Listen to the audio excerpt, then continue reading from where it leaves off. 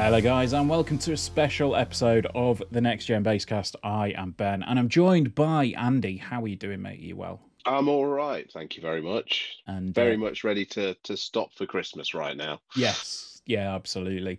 It is a special episode, partly because we've actually done one. Yeah, it's been a while, isn't it, since we recorded one of these? Yeah, it was I checked the Discord chat and it's been about 3 months since we've done a Basecast, which not ideal. We've been busy. I mean, it's been a horrendous year. Like it's just been fucking awful, like in general. I mean, don't let's not beat around the bush. Yeah, it's not been ideal for a lot of things, but we got a lot of stuff done. We got a lot of coverage out. We got some plenty of Let's Look At's done. We've got some, fancy new hardware to check out in the form of the Quest, which I'm still sort of looking at. We've got Iron Man coming up review for that. Very cool stuff, yeah. But yeah, like we've sort of come together because it's the end of the year, it's Christmas time, and what better way to celebrate the end of 2022, the year that has been, by running through a bunch of categories and saying these are the best things, because that's in our opinion. Well, yeah, I mean, obviously in our opinion, but like our opinion is the only one that matters at this point. So, well, yes, if you're listening to this, I'd like to hope that that's the case. So yeah, let's have a bit of a rundown. I mean, we're going to start off with a couple of categories. Bonus rounds. Yeah, sort of, to whet the appetite. Our top 10. Yeah. Yeah, it's like a bit of an appetizer for people. And then we're going to go into our top 10. So what we've done is we've sort of gathered opinions from everybody at NGB, looked at stuff and gone, hey, what was best about this year, what was worst about this year, and what we're looking forward to, and did we miss anything?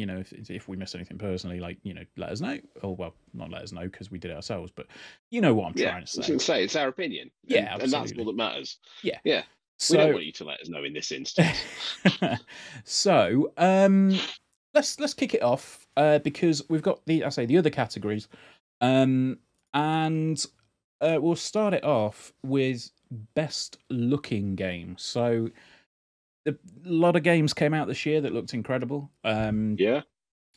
Personal sort of honorable mentions, if you like, for me go to Ghostwire Tokyo. I thought that game looked incredible, particularly with the RT functions that it had in it. And then when the PS5 finally got VRR, it was like, oh, this is what it's kind of all about. Which I thought was great. Other votes that were cast. I mean, it's not just about like, oh, these are the best graphics, but it's like art style as well and that sort of stuff.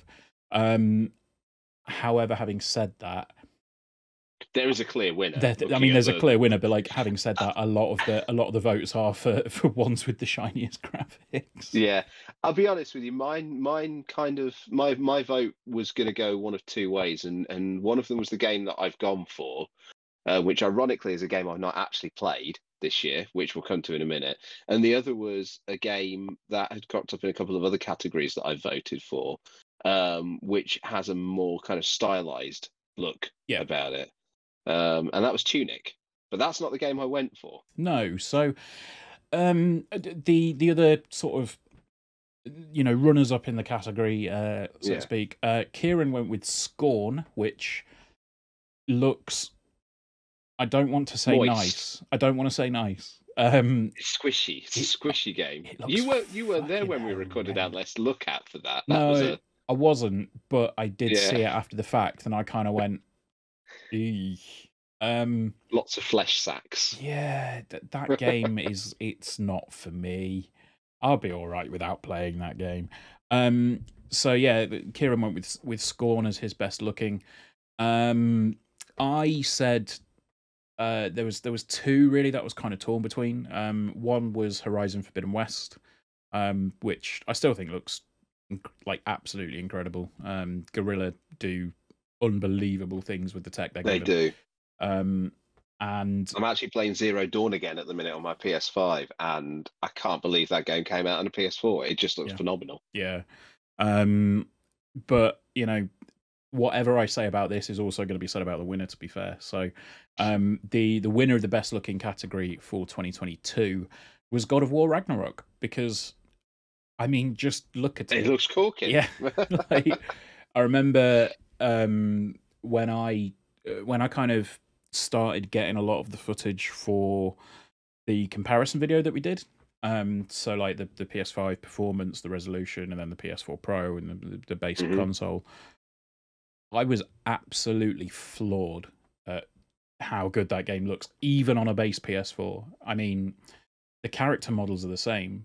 Obviously, you get a lower resolution because that's you know what we're expecting at this stage. But I mean, everything in that game, like when you're playing it on a PS5 in whatever mode. I mean, I went through the entire game in performance mode, but at no point did I think these graphics could look shinier. Like, I mean, you can see individual stitches in armor. You can see like things, you know, reflecting in surfaces and stuff like that. And it was the kind of game that made me go, okay, you know, I was never the biggest proponent of you have to have ray tracing, you have to have this, you have to have that in order for a game to look good. But Ragnarok really proved it, because it's just like when you fire it up and you go, oh, this must have all the features and all the bells and whistles, and then you look into it, it's like it doesn't have ray tracing, and you know it looks as good as it does. It's just a phenomenal looking game.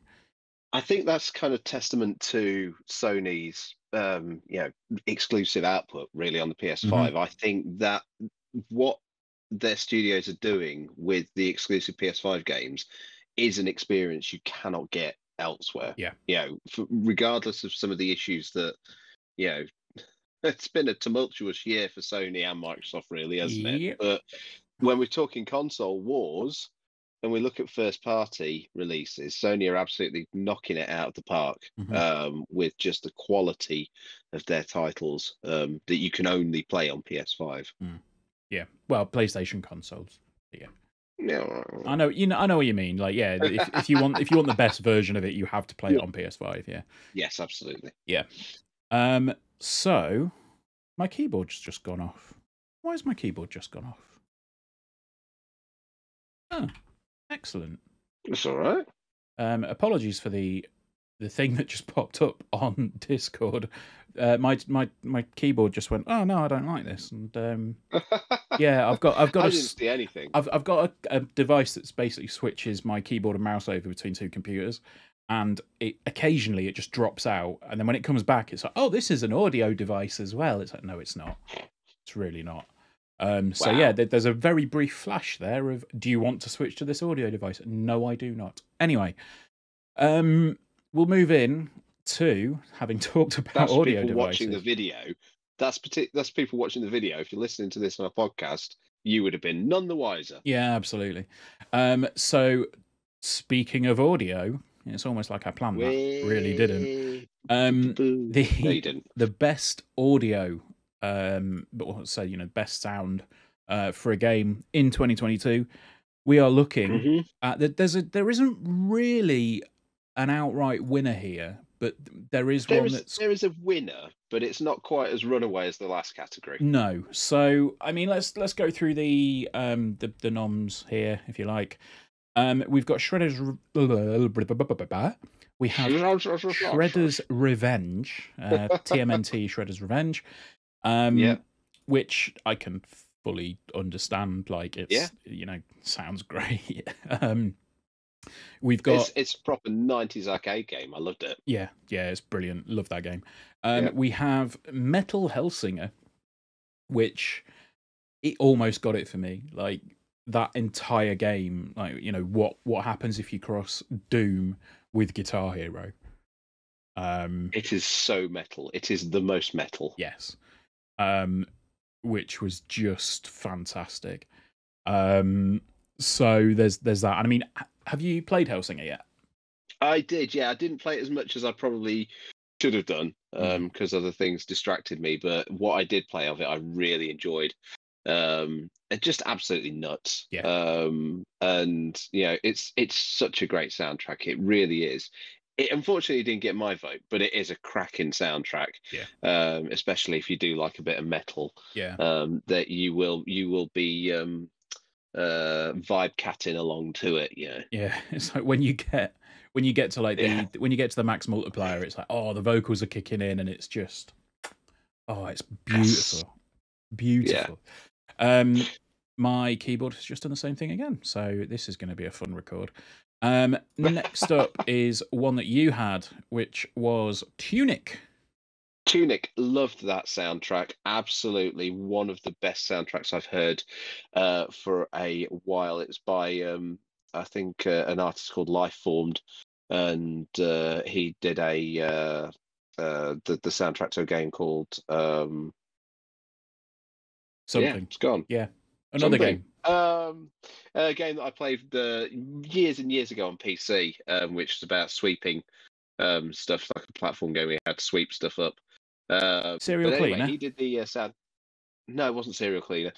But he did the soundtrack for Tunic, and it was absolutely. It's been on my playlist for since I got it. It's a stunning soundtrack, and it's got some of the best audio I've heard, because it's not a none of the dialogues in English really.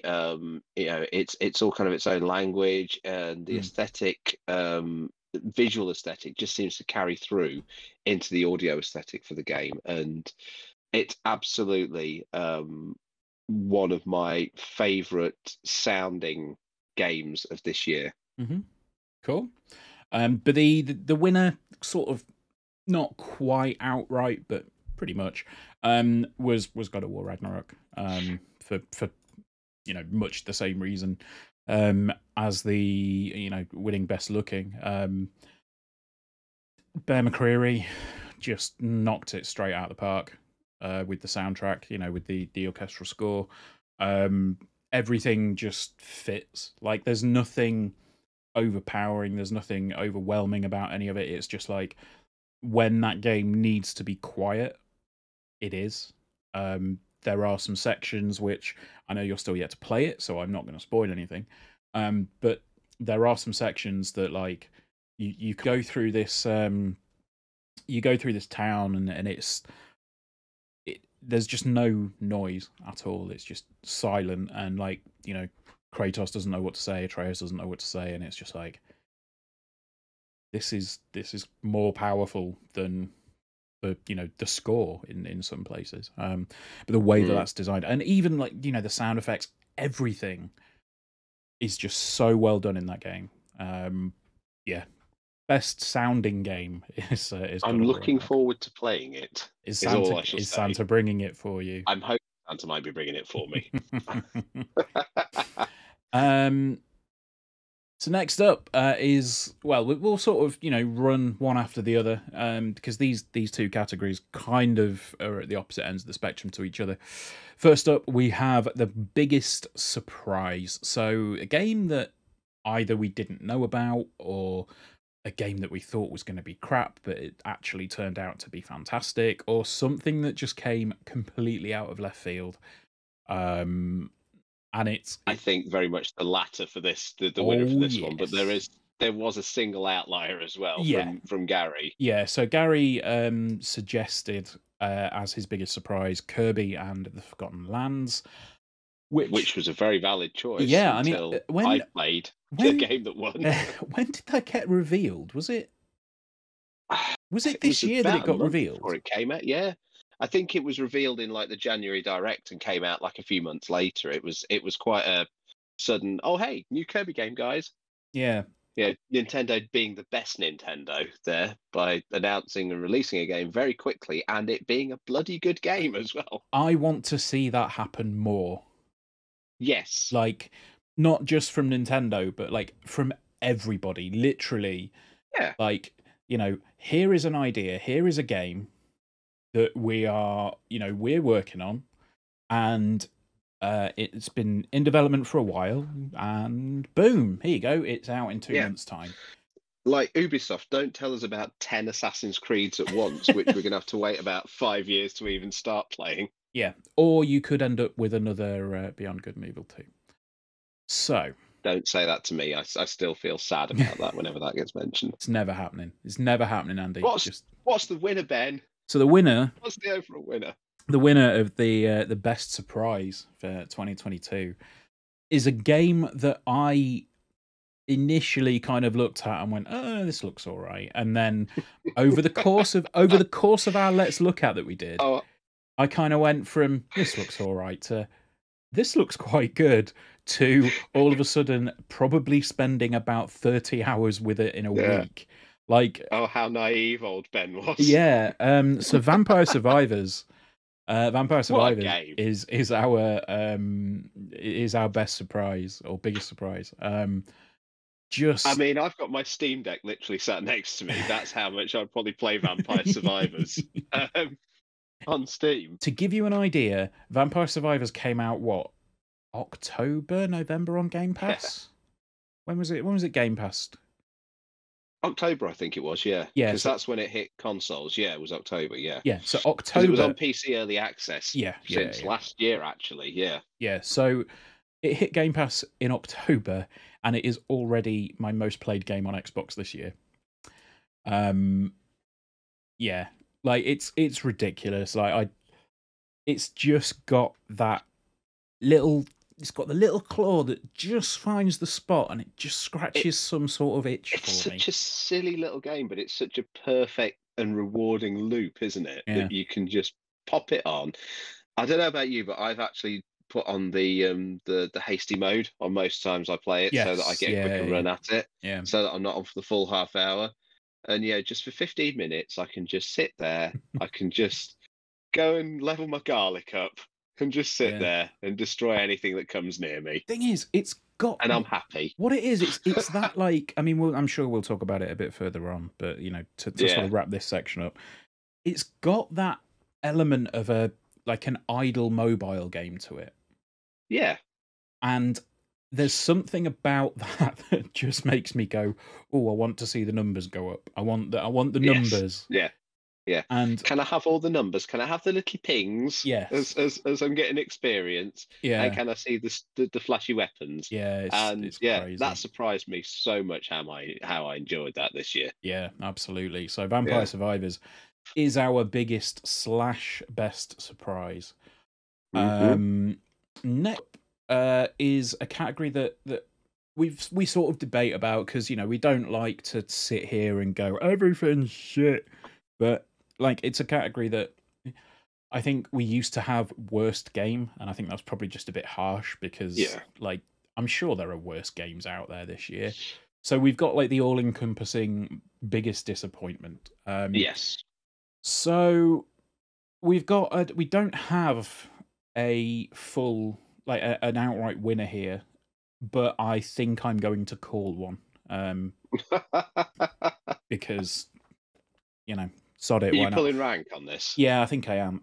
So Gary went with Horizon Forbidden West as his biggest disappointment. Now, I know we've obviously spoken about it on the podcast. Yeah, we've spoken to Gary in the group chats and stuff as well. Me and him have very differing opinions on Horizon Forbidden West. I think I really, really enjoyed it.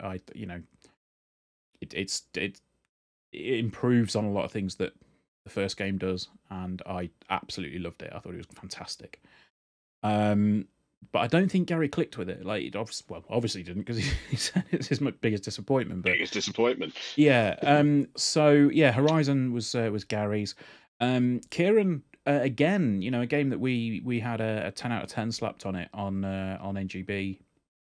Kieran said Gran Turismo 7. I think it's more about the post-launch shenanigans than anything else. I think Kieran from our discussions didn't really get on with the kind of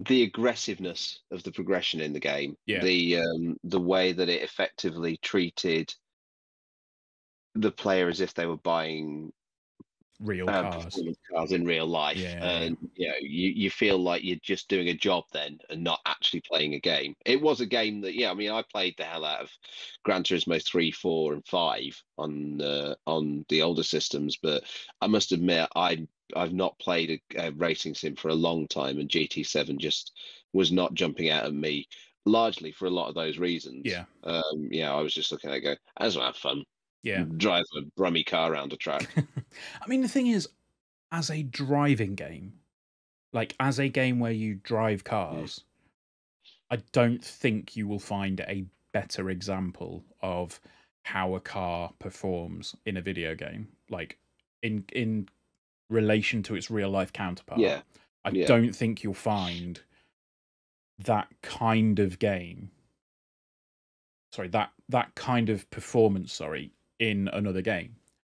yeah, But it's everything on top of it that they managed to yeah. kind of shoehorn in, and all of the controversy, and It just doesn't it's look fun. no, I mean It looks mechanically fantastic, but yeah, for me, I can go, it just doesn't look fun. yeah, and I think that the problem is that it's it launched as a different game to the game that we reviewed, which Yes. I have fundamental problems with that, and it's happened before, and it'll no doubt happen Yeah. again. But in terms of they call it the real driving simulator. It's like, cool, that's fine. In terms of that, technically, it's incredible. Like, it Mm. runs phenomenally well. Like, I didn't see a dropped frame on the PS5. I mean, did on PS4, but that's again PS4. Last gen. So yeah, like I can understand that one. Next up, I think yours was Tunic. Hmm. Yes. Which is, I mean, I've heaped a lot of praise on Tunic so far this evening. I think it's a fantastic looking game. I love the world building. I loved the audio in it. And for about 5 hours, I was really getting into it, and I thought it would be potentially topping my list. And I actually had it at probably about number 3 in my top 10. Hmm. But as I played more of it, it gradually slipped down my list and actually dropped off the list and into the biggest disappointment category, Oh wow. which really properly disappointed me. And a lot of the reason for that was because I found the mechanics to be really, really hard to get on with as I played through the game. And I know Kieran shared a lot of that, and I know that we've both talked about that this, and certainly for the later parts of the game, we both used the assists quite heavily Mm-hmm. to actually feel like we were standing a chance against some of the later bosses. Not necessarily some of the overworld areas, but the bosses felt too much like roadblocks in the game. And for someone who plays games like Dark Souls and Elden Ring, I'd like to think that's fairly strong criticism, because they can have some notoriously difficult bosses to go up against. Namely, the Um, controls. but but with Tunic, the controls coupled with, I think, the camera angle and what the developer was trying to do with the bosses just did not click for me, and it became just a bit of a slog in the sort of the latter half of the game. And yeah, it just kind of, I feel really guilty somehow putting it as best disappointment, because I also would sing its praises in other ways, but for me, I expected it to be more to me than it was in the end. I mean, something can be, you know, something can be bad in spite of itself. Like True some that. things can Yeah, yeah, have fantastic elements to it, but then yeah, you know have crap things in them. For example, yeah. I find the Grand Tour a very entertaining TV show, despite the presence of Jeremy Despite Clarkson. the fact it's got Jeremy Yeah, Clarkson in it. that's Yeah, that sort that's of getting harder to defend every day. yeah. It's that A bit of politics. yeah, we satire, lol. So yeah, I mean, the next one from Nico was Pokemon Violet and Scarlet. I think this is primarily due to things like the performance issues in the game. Yeah, Like, another botched launch, I think, wasn't it? it is rough. I mean, can we just have developers, please? And okay, not developers, that's harsh on the devs because they work incredibly hard. Publishers, can you please just wait until games are done before you put them out? Because I'm so fed up. Like, I understand that sometimes we will be in a very privileged position where we will be playing a game that isn't finished and it isn't out for the to the public for another month or so. And I'll actually use Horizon Forbidden West in this example. Up until about a week before the embargo, there was an area in Forbidden West that had the most extreme pop-in problems that you will ever see in a video game. And this is on the PS5 with its SSD. And when I say extreme pop-in, I mean you walked up to the area and, we all know where it's set. It was in Vegas, right? You walk up to this area and there were entire buildings and complexes that weren't there. And then all of a sudden, bang, they were there. I was like, oh, this needs fixing. And it's like, yeah, we know. Oh, Caesar's Palace. Yeah, basically, like there's a massive like Chinese temple style building that's been built, and it's like it's just not there. But you can see things that are they're in the building, and they've loaded in, and they're just floating in midair. But the actual building hasn't loaded. It was such a weird thing, and it's like, wow, I get that. Like, I understand we're reviewing a product that's still in development. Like that aside, that's fine. But when you put something out to the public, like, there are issues like that as reviewers and as people, as somebody that's been kind of seeing early builds of games for 10, 15 years at this point now, I know that things don't look right until essentially the final stretch.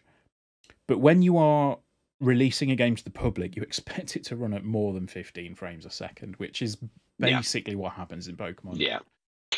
It's not good. It's not good. And apparently, though, according to my eldest, who's been playing it on his Switch Lite, he reckons that it actually bizarrely runs better on the Switch Lite than it does on the Beefy Boy Switch. That's weird. For whatever reason. But whether it's less noticeable, some of the issues if you're playing it on a handheld versus playing it on a TV. No idea. Yeah. But I mean, my choice. What's the winner, Ben? Well, my choice and the winner, because I am going to pull rank on this. It's Xbox's first parties. Like, put the where GIF, are they? Put the GIF of like Will Smith in the Fresh Prince thing where he's like, "Where the video games?" It's like what has happened this year? Like, I get it. I get it was Halo this year. It was Halo last year. Halo was last year. So it's like I understand it and I get it. Games take time to develop. They've obviously brought a lot of studios. It's like it's going to take a while for those studios to produce anything, particularly Bethesda and all the rest of it. I mean, I think the thing is, a lot of people were pinning the hopes on Starfield for this year. It was never going to come out this year. Like, it was always going to get delayed. But I can sort of understand not releasing a game this year because they've, by all accounts, they've got a shitload in the pipeline. And next year, I think Phil Spencer said next year is going to be the big year. It's going to be, we're going to have a load of stuff coming out. But the Game Awards came and went. And there was nothing from Microsoft at the Game Awards. And it's like, this is the big night for your industry. Phil Spencer is in the crowd. He is there at the event. And it's like, what do you need to have happen? Like, I think Jeff Keighley tweeted something. Was it, I think they said like 100 million views, 150 million views or something at one point. Like, I can't remember if it's 100 or 50, but like basically the numbers have been steadily increasing for God knows how long. And it's like, you have that many eyes on one show, put something out. Like, even if it's a teaser to say, we have 15 games. Sizzle reel. Yeah, something. But like, I mean, I suppose in a way I'd probably be sitting here saying the same thing if they just put a Starfield trailer out, for example. Yeah. But like, it's the biggest show of the year. You have all of the eyes on your platform, and they didn't do anything. They did nothing with it. And that seems to have been the story for the year. And don't get me wrong, this isn't me ragging on Microsoft. This isn't me, going off on one saying, "Oh, Xbox is shit," because it's not. Like Game Pass is No, the best fucking deal in gaming. it's a literal game changer. Yeah, like I saw somebody talking earlier about like rentals have changed. Rentals aren't a thing anymore, or demos aren't a thing anymore. It's like Game Pass, We like got Game Pass, mate. Game Pass. You can Yeah. get download 10 games for the weekend and try them. If you like one of them, keep it. If you don't like it, bin it. It's like Yeah, you that's don't have to download them with the streaming. yeah, You can literally just load the game up on your console, yeah, decide if you want to download it, yeah, and go from there. absolutely. Yeah. So yeah, Xbox's first party output gets the biggest disappointment for the site and for me. So the next one is the most anticipated game, and there's sort of a clear winner here. I think we should probably rattle through this one and the next one before we get Yeah. onto the top 10. Yeah. Most anticipated games, we have Starfield. Is one of the games that was Yeah. anticipated, Which we just talked which about. we Yeah. just said, it was never coming out this year, folks. Let's be honest. No. Nico says Star Wars Jedi Survivor, which I again, genuinely forgot about that until Nico put his noms through, and I was like, "Oh yeah, that's coming out next That's year, coming out. isn't it?" That's coming out on my birthday. Happy birthday to you! Have a Star War.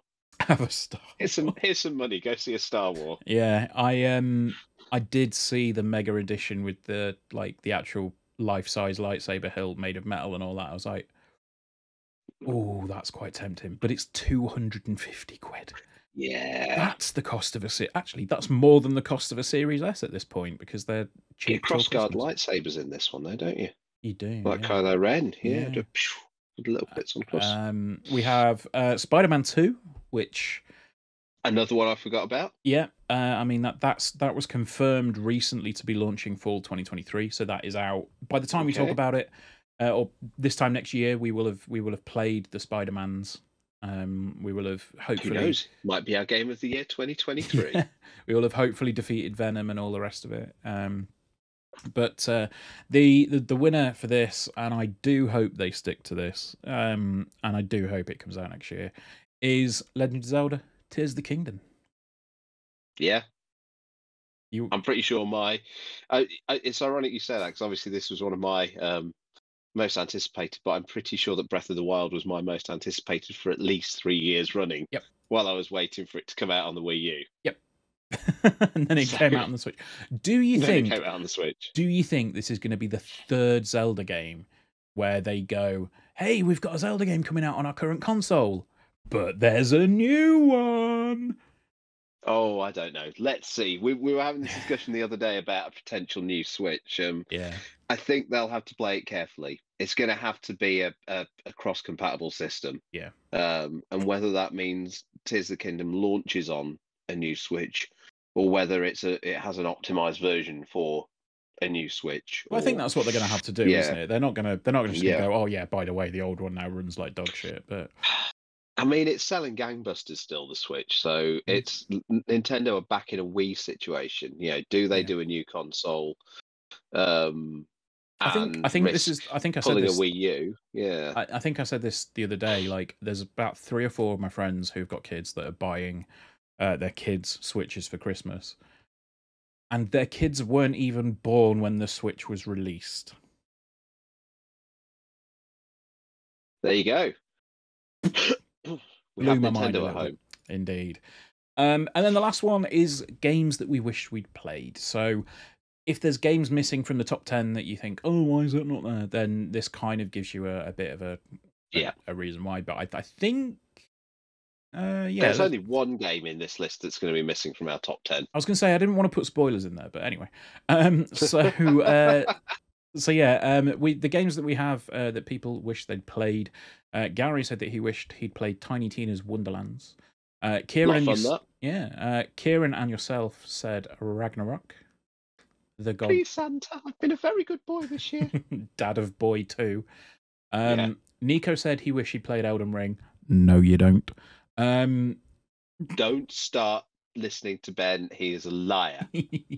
And I personally, I I wish I played Kirby. Like that game looks like a A lot of fun. lot of fun. Yeah, Yeah. really enjoyed Kirby. That could have been a biggest surprise, and until Vampire Survivors came along. But yeah, Kirby was a good game, really good game. Yeah.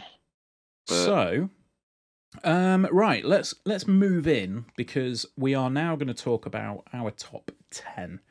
So, we've got words from people that have put in their top 5s, top 10s, however many games they have decided to do.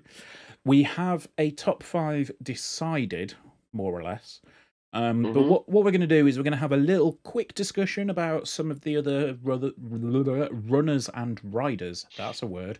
And try and place them, sort of in a top 10 order. So, looking at games that currently we've not put in that rough order so far. We have things like Rogue Legacy 2, which was one of yours. Yeah, that was one of mine. Yeah. We have Return to Monkey Island, another one of yours. Yeah. We have Fairly recent edition. That. Yeah, we have Metal Hellsinger from Kieran, which again I think is a very good game and is worthy of some recognition for sure. I would definitely get a vote in for that. Horizon Forbidden West as well. Yes, so Horizon Forbidden West is obviously a game that I believe is one of the games of the year for sure. And what else have we got here? So we've got TMNT, Shredder's Revenge. I really enjoyed my time with that. That was in my top 10 for a while, actually. Yeah, I do need to go back to that at some point and have a look. Pokemon Legends Arceus. Yeah, I really wanted to play that. I have to say, earlier this year, there is a copy floating around my house that my eldest got. It's definitely a game that I think got a lot more praise than a lot of people thought it would do. Yeah. Cool. So what we're going to do, let's sort of have a quick rundown now. So I think game number 10 in our top 10 is a game. Well, I would put forward that we put Metal Hellsinger in there at number 10 because it is a game that is built around something of a novel concept. An FPS that is essentially a rhythm game as well. And I think it's one of the strongest games that I've seen on Game Pass. It's definitely, a game where when I started playing it, I was like, this is good. And then within 10, 15 minutes of it, you are just sat there in your chair with your head bobbing and kind of, tapping along at the right rhythm and stuff. And I said earlier, when you get that point at which the vocals kick in, particularly with some of those tracks, like the final boss is set to a track with Serj Tankian in it from System of a Down. Oh, I didn't get that far into it. It's fantastic. Like when you get to that point and you just hear Serj blasting through, it's like, oh, this is good. The most metal. Yes, this is very good. Yes. So yeah, Metal Hellsinger is our number 10. Yes. Game of the year because it's a fun ass video game. It is the most metal. Yes. Now, my pick for number 9 is a game that came out quite late, and we got code on launch day for it. So, with it being a relatively recent release, and also it being Christmas, I haven't yet finished the game. However, Marvel's Midnight Suns is fucking brilliant. From the little that I've played of it, which was basically a video that is going out sometime in the next week or a bit when we're talking and recording again, this. So it's Christmas.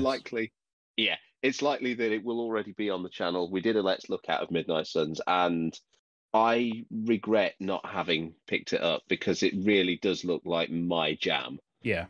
It is a strategy XCOM-like game, but you do a Marvel in it. Yeah, basically. I mean, I will play anything Firaxis put out. I think that's probably a fair shout. Like I love Firaxis. I love XCOM to bits. Like, just give me all of the things from Firaxis. Yeah, And Midnight Suns is that. Like, it's got your Iron Mans in it, it's got your Spider Mans in it, it's got your Blades in it, you know.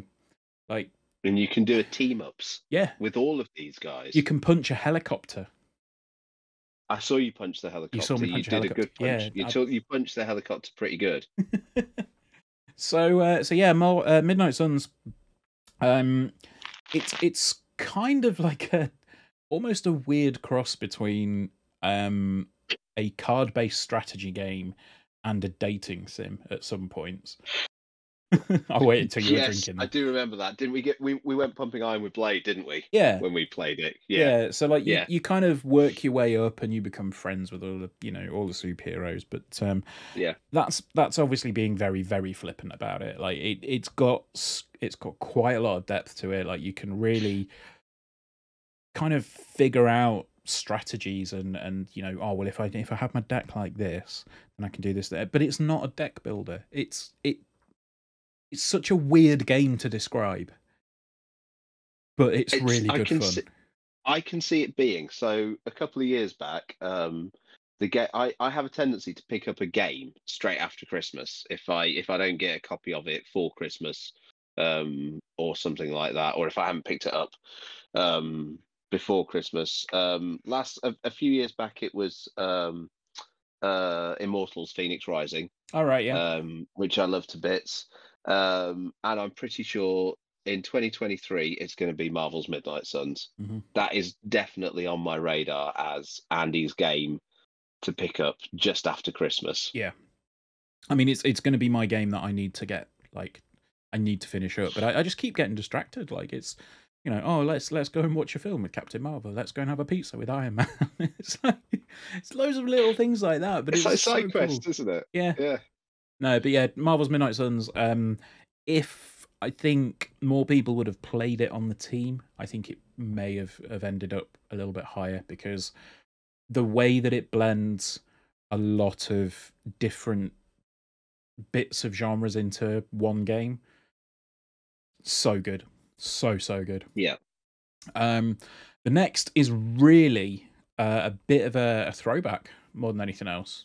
Yeah. And our number 8 in our Game of the Year list is TMNT Shredder's Revenge.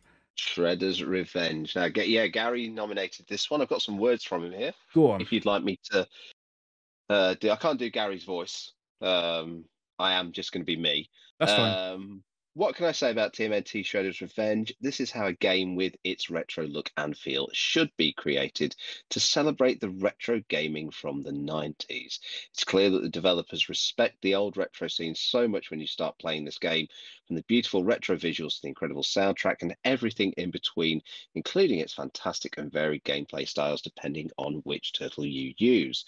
TMNT Shredder's Revenge has a lot more depth than I ever thought it would have once the story has been completed, but it keeps you busy with collectibles to keep you occupied. The level of respect shown here to the bygone era of gaming is astonishing. If you love side-scrolling beat-em-ups and a retro feel, then this is one for you. Shredder's Revenge is a beautiful love letter to retro gaming, which is just as great to play as it is to Gorpat, which I agree wholeheartedly. The biggest 100%. surprise for me was how different all of those characters actually played Yes. in the game. As someone who grew up playing the Konami arcade game, which is still a stone cold classic, actually having that kind of gameplay with RPG elements in it was like, Yeah. oh, hello, hello, hello. Yeah, I mean, I agree. Um, I need to go back to this game. Played quite a bit, but yeah, when it came out, when it dropped, I was like, oh, this is a good feeling game. But I think I got distracted by other shiny things. yeah, But yeah, like fantastic game. Absolutely loved it, and I fully agree about the collectible stuff. Like finding little bits here and there, and then you go, oh, there's a book. Oh, there's a what else was it? There was books. Was there videotapes? there might be. It's been a while since, Yeah, like you, it's been a while since I've touched it as well. So yeah, yeah. So yeah, fantastic game. And well worthy of our number 8 spot on our Game of the Year list. Next up at number 7 is a game that I think consumed Nico's entire life for about Oh no, 5 minutes because then he went and played Destiny. Yeah, yeah. I was going to say it was kind of just a fling, and then Destiny it came was it came was for a the booty hot call, and it was the hot yeah, neighbor, wasn't it? yeah, yeah, Yeah. So yeah, it yeah. is Pokemon Legends Arceus. And I have some words from Nico Go about on. that here. Pokemon Legends Arceus absolutely blew away all the preconceptions I had of it. I went from thinking it would be a spin off Pokemon title I'd try out religiously. I would try out to religiously completing tasks in my Pokedex to 100% the game, and I absolutely loved it. Whilst the game clearly struggled on the Switch hardware, it excelled in every other area. Art direction was beautiful, the shake-up was sorely needed, and I loved exploring a world before Pokemon gyms were the be-all and end-all of your experience. There you go. So Yeah. Pokemon Legends Arceus is our number 7. Um, I haven't played a Pokemon game for a very long time, and I kind of think this might be one that if I say if time slows down, if life slows down a little bit, Yeah. um, and I get a little bit of time, then I might try and sink some time into this. It definitely piqued my interest. The last Pokemon game I actually bought, I think, was Pokemon Y. When X and Y came out on the 3DS, I want to say. Sounds right, But yeah. that was the point in which my eldest kid was transitioning into playing Pokemon and becoming a real mad Pokemon fan. And I kind of just passed the torch over at that point, just like, these are your games now. Off you pop, and gave him all my old carts, and he went off and kind of Pokemon was his thing. But I was watching him play Arceus on his Switch, and it was one of those games that I looked at it, and I mean I love games like Xenoblade Chronicles, and to me, Arceus took aspects of Xenoblade Chronicles and put it into a Pokemon game, and I was like, this could be a jam of mine. Hmm. So it's definitely on my hit list to try out. But like you say, when life slows down a bit, and Yeah. potentially I get to clone myself and retain Yeah. all my clone memories. Clone Andy goes and does the work. You do the boring shit. I'll do the video games. It's fine. Yeah, So yeah, Pokemon Legends Arceus. By all accounts, is a game that I think needs to be played. And speaking of games that need to be played, terrible segue. Moving into number 6. I know. Sorry. It's the end of the year. I have It's December. It's December the 21st when we're recording this, so Christmas is within grasping distance. I have absolutely had enough of this year. I have a beer. Number 6 is Horizon Forbidden West, which I know has caused a little bit of difference of opinion, shall we say, in the group. But I personally think that Horizon Forbidden West is the sequel that Zero Dawn needed. Yeah, There are advances in the story, and it goes quite hard in some of those story advances. Like there's bits that you can sort of call out. You can go, oh, I can see what's going to happen here, but like, yeah, it's just great. Like I loved it. Like yeah, the exploration of stuff is still really, really impressive. yeah. Um, you know, defeating defeating the dinosaurs. Not dinosaurs, but the Robo machines. Dinos, Dinobots. Yeah, Yeah, beating the dino bots. Fucking hell. Like taking down the machines is still a hell of a lot of fun. They advance that in quite a few different ways now. Like you can, there's a lot more that you can do when you override them and stuff. So yeah, I think it was the sequel that I think they obviously felt that they had to make, and it didn't feel like it was a forced sequel. It felt like it was a true, like, oh, we want to do this. This is going to be great. Um, and yeah, I absolutely loved it. It was my most played game on PlayStation this year. I think I put something like 75 hours into it. impressive. Yeah, which Yeah. isn't bad I for mean, I'm somebody. hoping that Aloy's in Santa's sack for me as well this year. So, if I'm honest. Anyway, yeah, like I think I think the point is that I don't, as a rule, I tend not to put that much time into games. Like I will Yeah. complete them, but then I won't do anything else after the fact. And I did so much in Forbidden West. Like I said, I'm now at 70. I think it's 75 or 78 hours played, which is ridiculous. We'll talk about excessive amounts of game time in a bit. Yeah, we will. Yeah, we will. So yeah, Horizon Forbidden West. It rounds up the bottom half of our top 10 because it's great, and they put out a Lego model. They put out a Lego model. I really want that Lego model. I want to play the game. I want the Lego model. It's actually surprisingly cheap for how much you get in that set. So I don't know whether that was like a Sony led incentive where they went, if we can get Horizon in Lego, can you just knock a few quid off it and we'll sell don't a few Lego more. price it. Don't Lego price Don't it. Lego price it.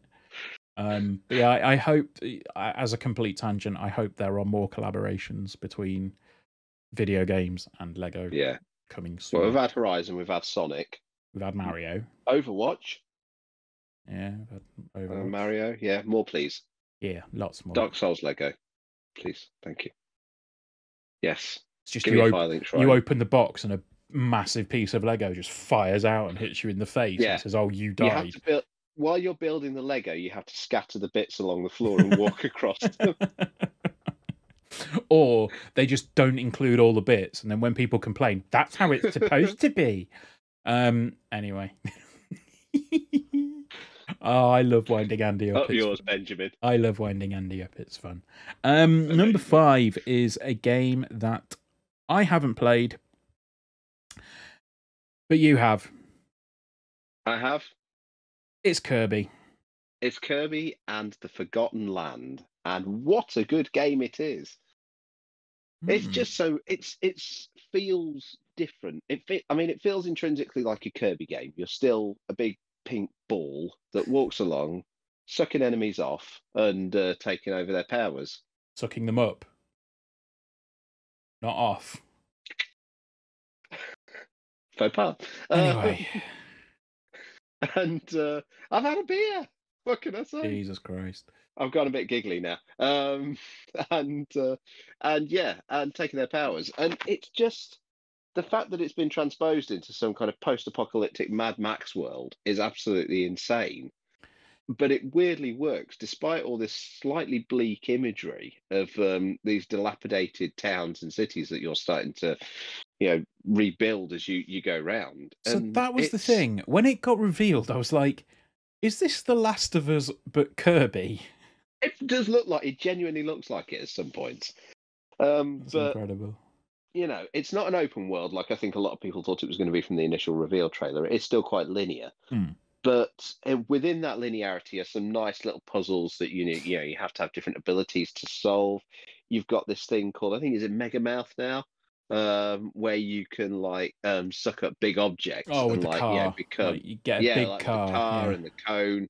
And there are certain puzzles, and it's a collectathon. You can revisit areas, you can find things that you've missed. You can level up your abilities between levels as well, so you can get when you take on like the fire ability, you can make it stronger, you can give it more projectiles and things like that. So it's got some sort of very light RPG elements, and I enjoyed the hell out of playing it. And it was also great because my youngest son got that this year, and he really enjoyed playing it as well. So it was a game to sort of share between the two of us. But it really surprised me as just how fully formed a game it was when it came out. And we said this earlier. It was a quick reveal and launch, and more of that, please. Quick reveals and launches of quality titles. Absolutely. Do you have it? Have you got it physically? Yes, you can borrow it. Ding ding ding ding ding ding ding. Well, actually, I'd say you can borrow it if you want. It's my kids, so I'll have to. Ding ding ding ding ding ding ding. Well, I'll have a chat with him. I don't think you're in any position to bargain now. I think I am. Are you though? Yeah, we'll talk about it We'll off talk air. about this later. Yeah. Yeah. So anyway, I think I know what you're angling at. yeah. So yeah, that's number 5. We are in the top half now, and we're getting to the real meat and potatoes of Game of the Year. It's a solid top five, actually, looking at those names. They are Yeah, some cracking games. yeah, and I mean, I think number 4 was a game that got revealed a long, long time ago, and everyone went, "What is that? I need that game now. Give me the cat game." Like Stray came out earlier this year. Yeah. I think it was boosted a little bit by being in the first game that launched on the new PS Plus. Hmm. But that obviously got it in the hands of a lot of people. But what a game! Like it's any game that has a dedicated meow button Yes. deserves a place in Game of the Year. And you can scratch as well. You I, can I will. I am going to be honest. I put Stray on my Game of the Year list at number 8. I have personally not played Stray, but I Oh, have sat and watched my youngest play it from start to finish, and it was a shared experience. And even though I've not actually played it, I feel like I've played it, yeah. and It's just lovely, I isn't am it? going to go back and actually physically play it myself. But it's just the puzzles are not quite tricky enough to be really stumping, Mm, but they're just tricky enough that you immerse yourself in the world to solve it. And there's some genuine horror moments in there, yeah. which for a young teen who hasn't really got that much experience with horror, seeing him screech his head off by being chased by the little bugly boo things down alleyways. It was a great experience. And yeah, definitely one of my highlights of the year. So the thing is with Stray, like it's just a game that is very wholesome. Like Hmm. there's no real combat in it. There's not much like anger in that game. It's kind of, you're a cat, you've got to work your way through the world, and then like down to the little moments where you can just curl up in a ball. You can just curl up and go Yeah, to sleep. just be a kiddie. Yeah, Just be a kiddie in a yeah, big dark world. You can just be a kiddie. yeah, absolutely. And like I think the way that game wraps up, I think is very satisfying. Um, it does the typical thing of like just potentially teasing the possibility of a sequel, Mm. but yeah, like I loved Stray. I love my time with it. It's one where I went back and I did the extra bits to get the platinum trophy because I was like, I just really like this game. It's great fun. So I think it's well worthy, to be honest, of the number 4 spot Oh no, I agree. Yep, on our Game of the Year list for 2022. it was Gary's top game It of the was year. indeed. It came above another game which we're going to talk about shortly for Gary. Which I don't know if that's because he hasn't completed said other game, but yeah, I mean, yeah, Stray's Is this going to be a discussion point between you and Mr. Gareth? he's all right. Is Gareth? No, but like I think yeah, Stray is a special game, and I'm looking forward to seeing what happens next in that world. So number 3. Number 3 is a game that consumed my life for about a week. And it wasn't because I was reviewing it, and it wasn't because I was doing content for it. It just took over my It's life. because it's dopamine in digital Yeah, format. we talked about it earlier, Yeah, but it is let the numbers go up and make the numbers bigger, please, because I like yeah. the big numbers and I want the It is numbers Vampire more. It's Vampire Survivors. Survivors, yeah, like It's Vampire Survivors. Yeah, just a ridiculously fun game, like a stupidly simple concept, yeah. but like Play it with one hand. You don't really need to do anything other than move. Careful, careful. You've not had a beer. there's lots of games you can play with one hand. Is there, Anyway, Ben? yeah, so like Yeah. particularly on the Quest. No, so the Benjamin. so yeah, Vampire Survivors is just it. It's so hard to quantify what it is about that game. Like, we've had conversations about it, and I think Nico put it as number 2 in his list. Yeah. But he came to it really late, and he's Yeah. playing it on He's only iOS. recently just played it. Yeah. So like he's playing it on his phone. And I think he's almost got the opinion of like, this is a Yeah. mobile game. It's like, Yeah.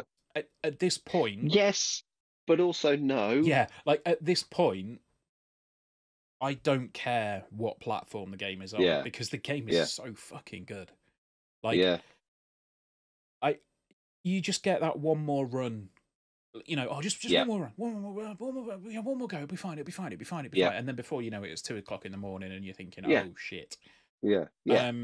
I'm glad I don't have a Steam Deck, because it would be permanently on there, and even though it's not an OLED, it would get screen burn. It looks good. It looks good on Steam Deck. I mean, I've been playing The Witcher 3 recently, but right next to it, there you go. There's Vampire Survivors. Yep. Just ready, yeah. Last 2 weeks, 8 minutes. Come on, Andy. Those are rookie numbers. Look, I've had other things to do. It's nearly Christmas, Benjamin. Those are rookie numbers.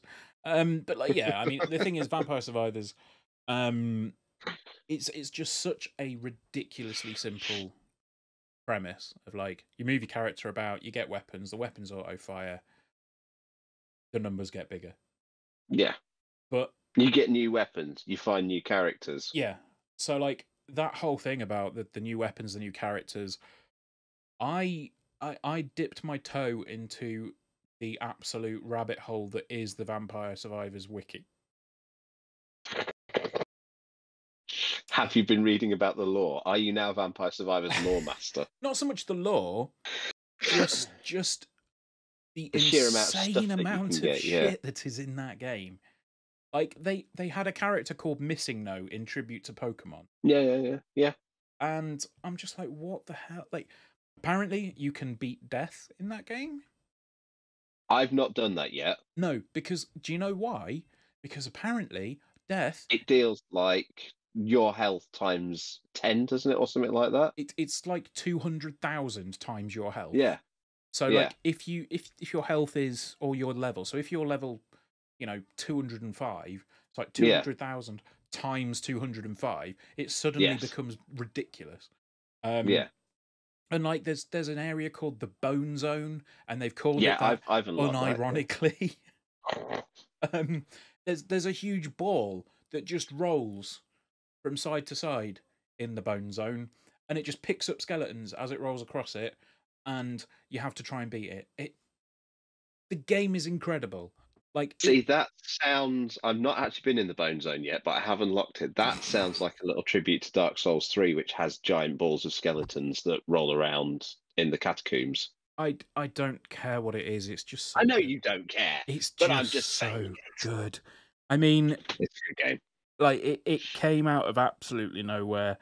I'd heard it was amazing, and I think I sent the message to the group chat to say, hey, when we do a let's look at Vampire Survivors, and you went, yes, let's do it, because you played of it. You played it on the Steam Deck.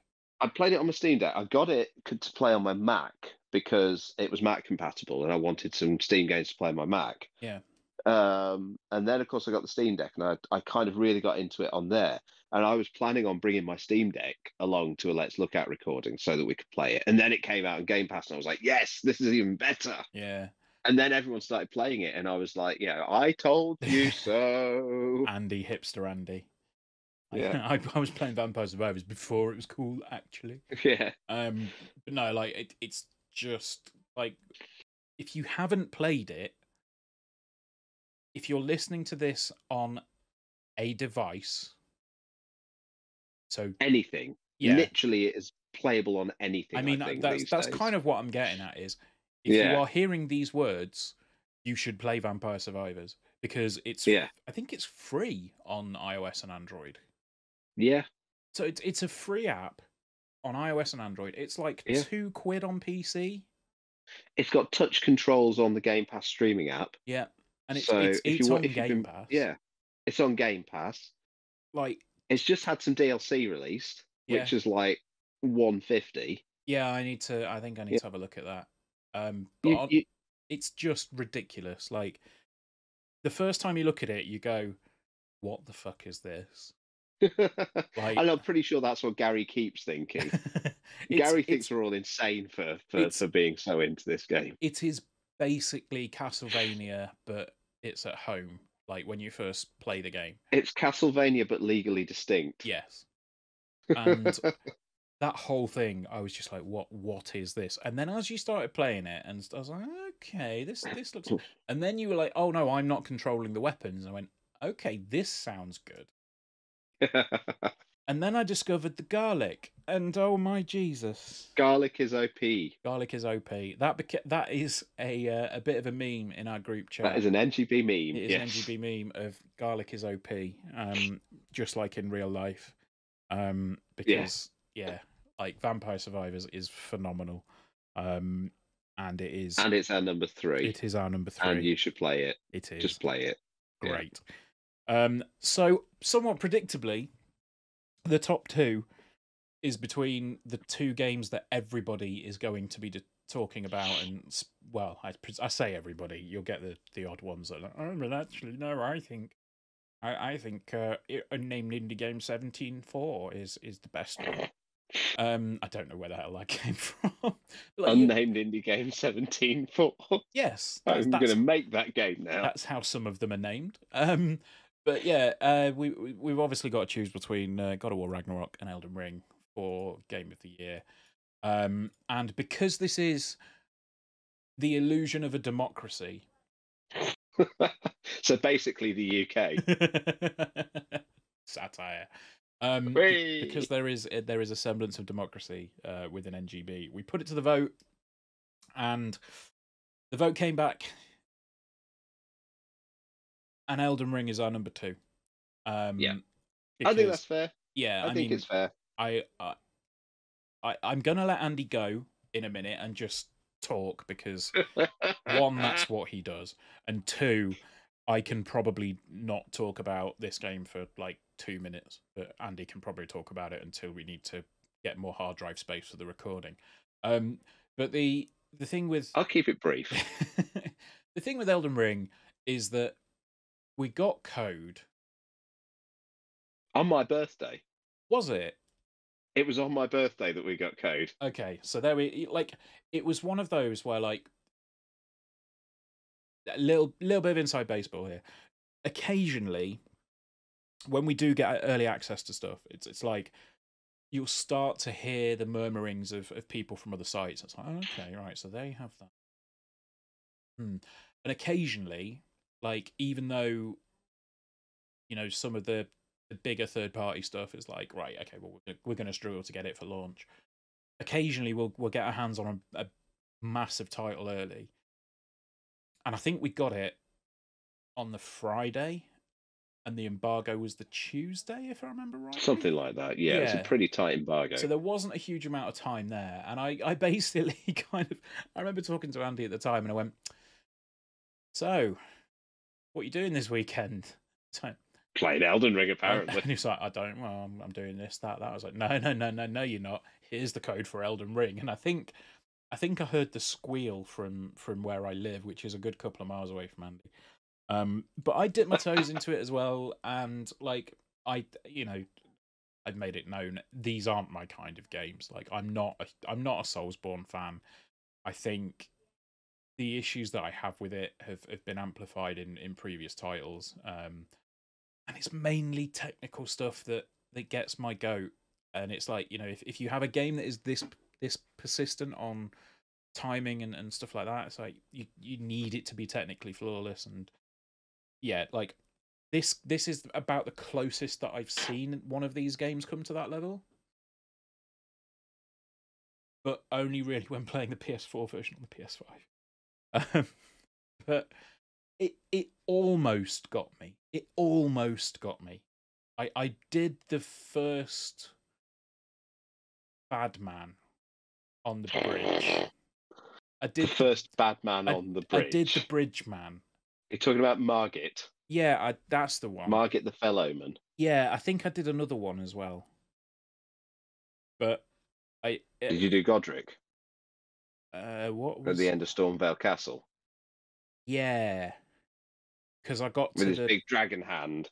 because Yeah. I got to the place with the thing and the big blue gates, and I think that's where I got to. The Urnia of the Lakes, Yeah, the academy. and the Academy of Ray Lucaria. Yeah, that's where I got to, and then Yeah. I sort of gave up.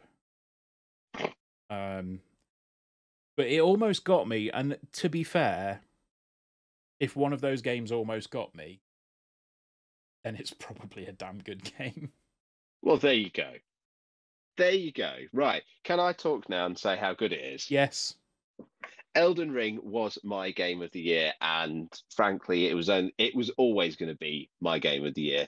I think FromSoft would have had to have dropped a massive bollock for it not to have been my game of the year. Um, so yeah, I was. It made me all types of happy and giddy going into this game. Um, I just think it redefines everything that I've kind of come to enjoy in these games over the last I can't. It would have probably been, when did Bloodborne come out? Ooh, 2018? No, it was before then, surely. 2015. 2015. So really 7 years. Actually, probably 6 years, because I didn't really play Bloodborne until the Game of the Year edition came out. But yeah, I've talked about this so many times on podcasts and videos that I've done for this site and the channel, that I initially did not like these games. I bounced super hard off Demon Souls. I didn't get into Dark Souls at all.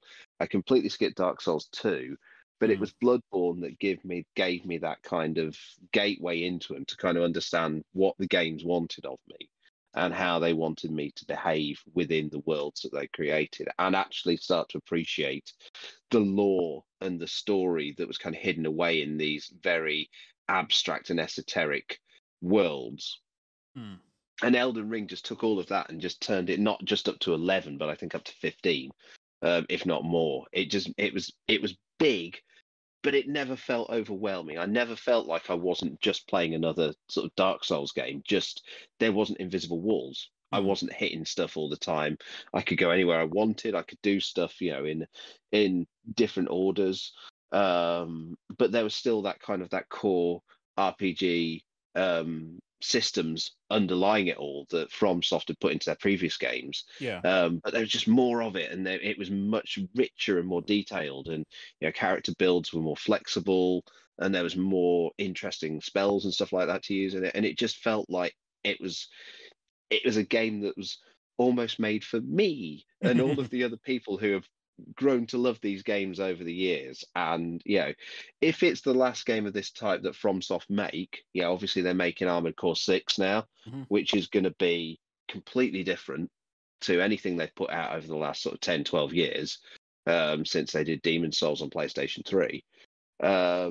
If Elden Ring is their action RPG swan song, then it is a hell of a game to go out on.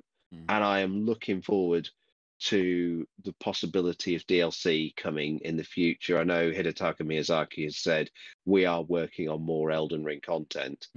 I hope that is some more campaign DLC, because there are elements of the campaign story that have been left underdeveloped, shall we say. There are bits at the fringes that feel rife for DLC and rife for further exploration.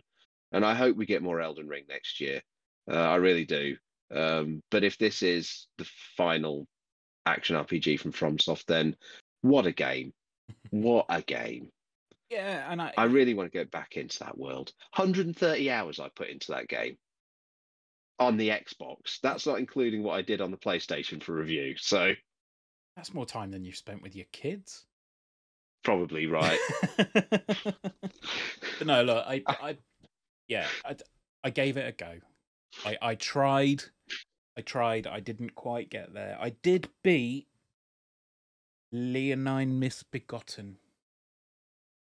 Big lad with the big sword. Big lining lad. Yeah. Yeah. Yeah. You didn't get to the point in late game where those bosses are basically regular enemies then? No. No. It's like, oh, you're just a regular enemy now, are you? Cool. Cool. No. But look, the one thing that I think we can agree on, they need to sort the tech out. Yeah, all right.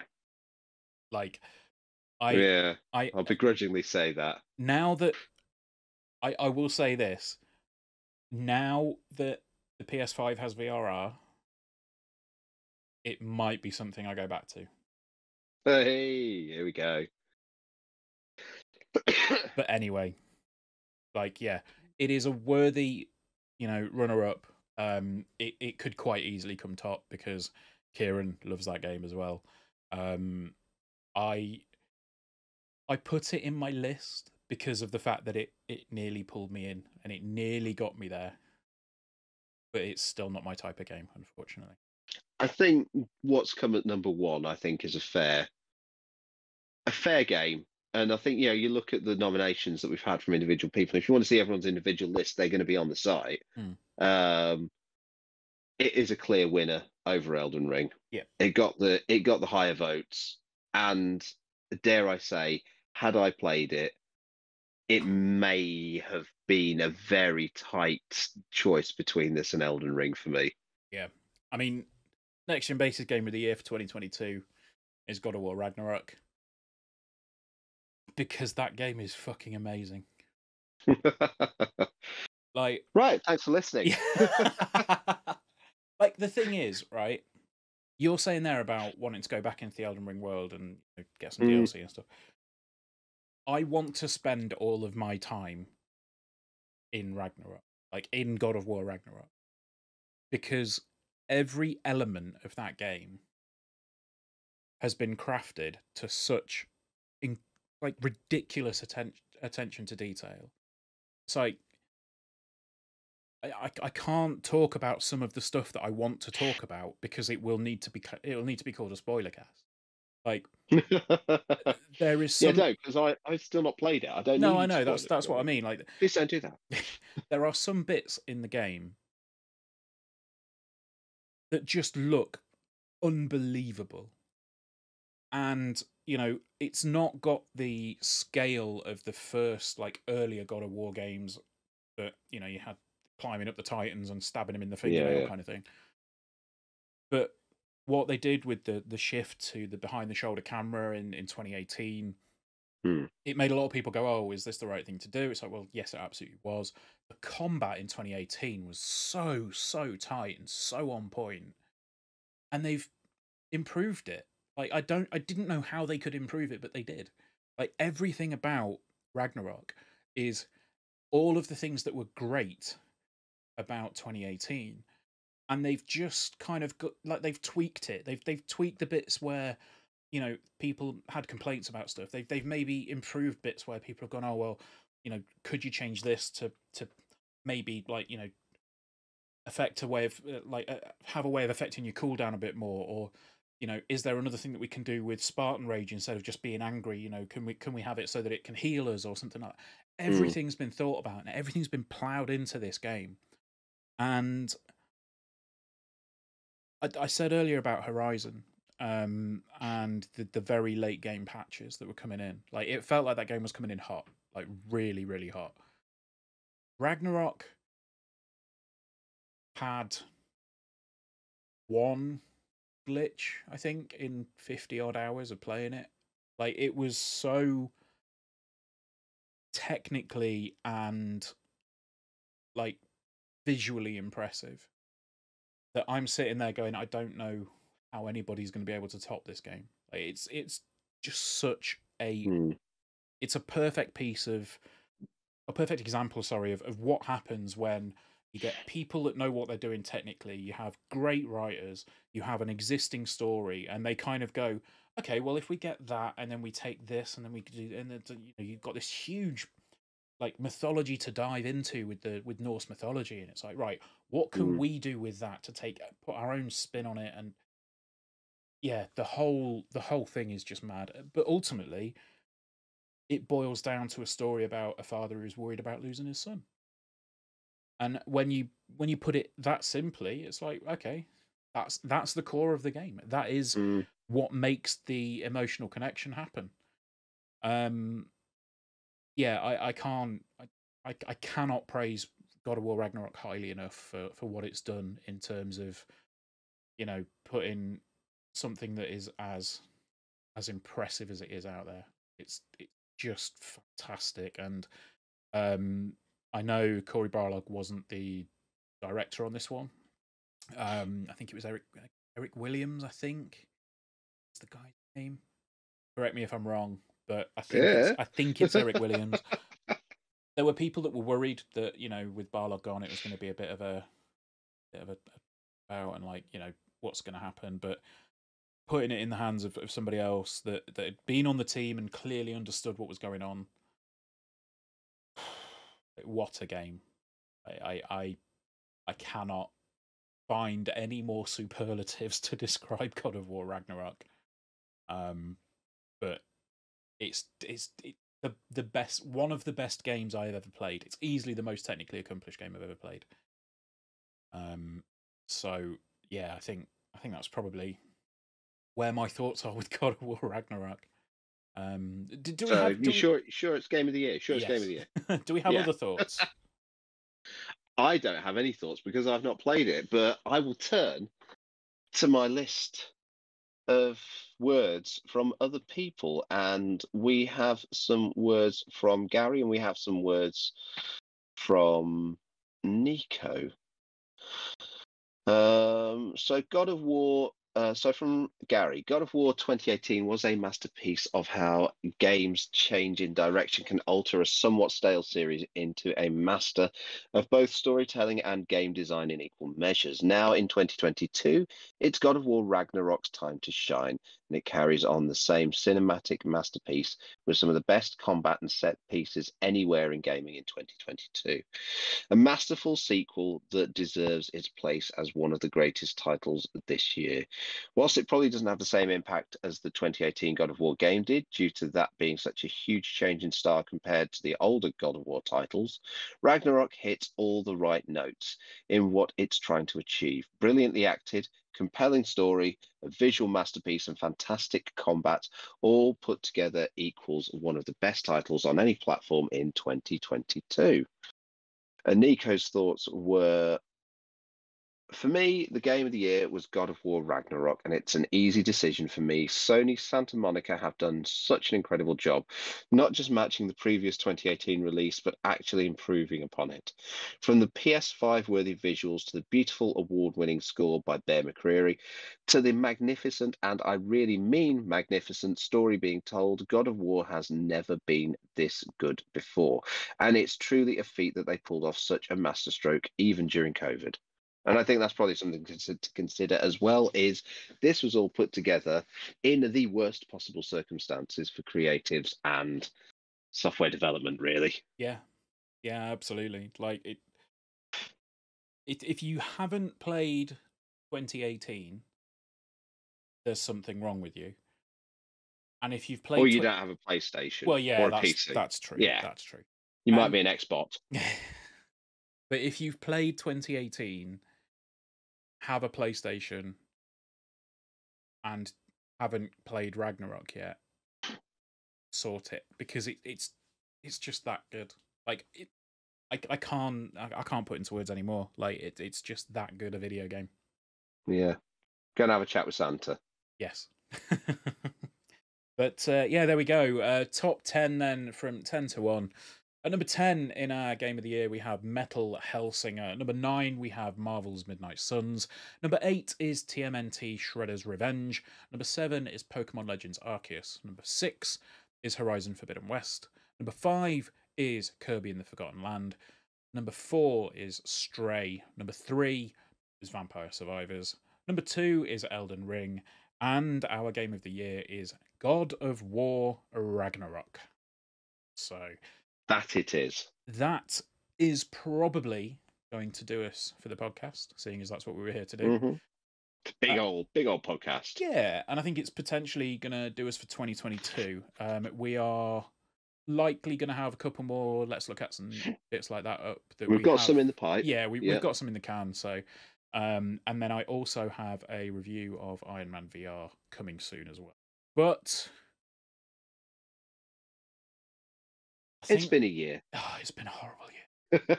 It's been a horrible year. But, you know, we will endeavour, we will survive, endure and survive, as they say in The Last of Us. We will get some more content out soon. And thank you if you enjoyed any of our content this year, if you have liked, if you have subscribed, if you have commented. Most of you who have commented. If you've, if you visited the website, if you followed us on Twitter. I know that we're not that active on Twitter anymore, but Twitter's a hellscape. I was going to say that, yeah. Thanks, Elon. And I know that we're not as active as some sites, but ultimately, we do this as people with full-time jobs and families, and we're all think We do all it over because we love the video games and we Yeah. love to talk about the video games. I think we're all over 30 at this point, so it's like, life. Kieran's not. Oh no, Kieran over 30 now? I think he is. That's what I was saying. Yeah. I think life is a life is a tapestry at the moment. Let's just leave it at that. But Stop getting all philosophic. It's I know it's nearly Christmas, but yeah, thank you. Just genuinely thank you if you watched any of the content over the course of the year. Do subscribe. Like we will try and continue to do what we do, which is put content out as and when we can do and when we feel it's relevant. I think we're probably gonna go away and have a few beers at some point soon and have a chat about the future of NGB, but nothing drastic is going to happen, I don't think. No. Maybe sort of formalise the way that the content's been done over the past year or so, where like we'd love to do 300 reviews a year, but we just can't. Like we can't play everything. We can't do everything all of the time.